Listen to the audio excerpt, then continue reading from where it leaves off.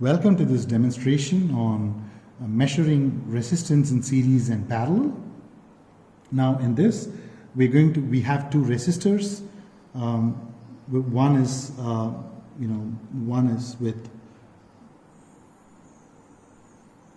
resistance values which is brown, black, brown and gold, and the second one is with orange, brown and gold.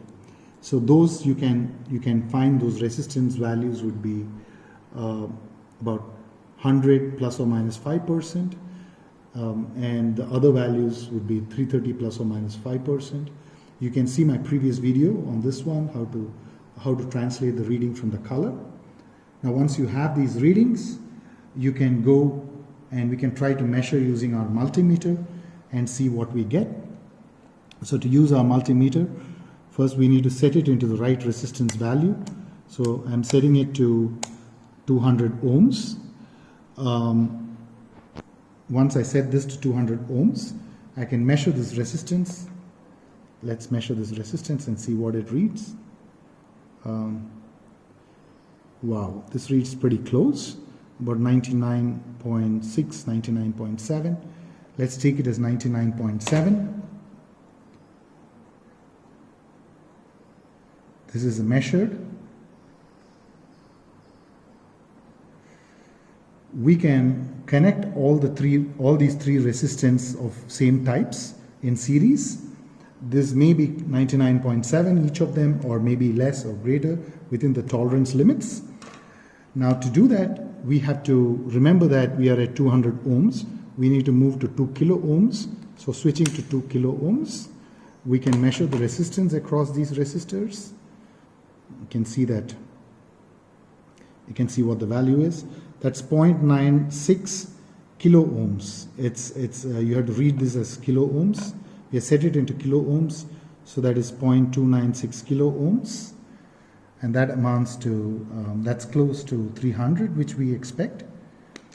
So 0.296 kilo ohms, that's equal to 296 ohms, and then you have all these three in parallel. So again, we know that when we have these three in parallel, the resistance will go down. So we can set back to our 200, and then we can measure them in parallel. Now to do in parallel, I join them parallelly, and I can put my one end here and the other end here and see what reading it shows. So there you go. That's about 33, close to 33. That's 1/3 of 100. So you have 33 ohms, and that's nothing but close to approximately 100 by 3 ohms. So that's the net resistance of all those three. Now similarly, we could do the same thing for 330, but you got to set it at 2 kilo ohms and not 200. So you have, the reading is about 320 ohms. That's well within the tolerance limit, 320 ohms. And you have this one giving you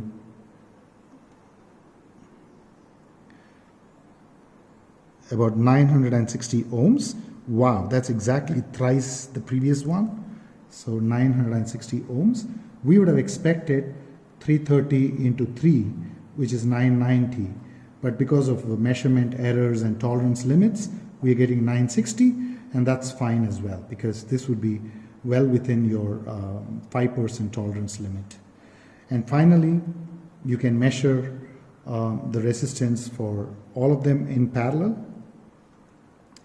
and that would be 0.106. We can set it in 200 and see what happens. We may get 106 or close to it. There you go. It's a little bit more accurate. You get 106.8 or 9. So that's about 106.9 ohms. Ideally, you would have expected 330 divided by 3, which is 110 ohms. So that's close enough. That's very close to this. So that's how you measure the resistance in the real world. I hope you enjoyed this video. See you in the next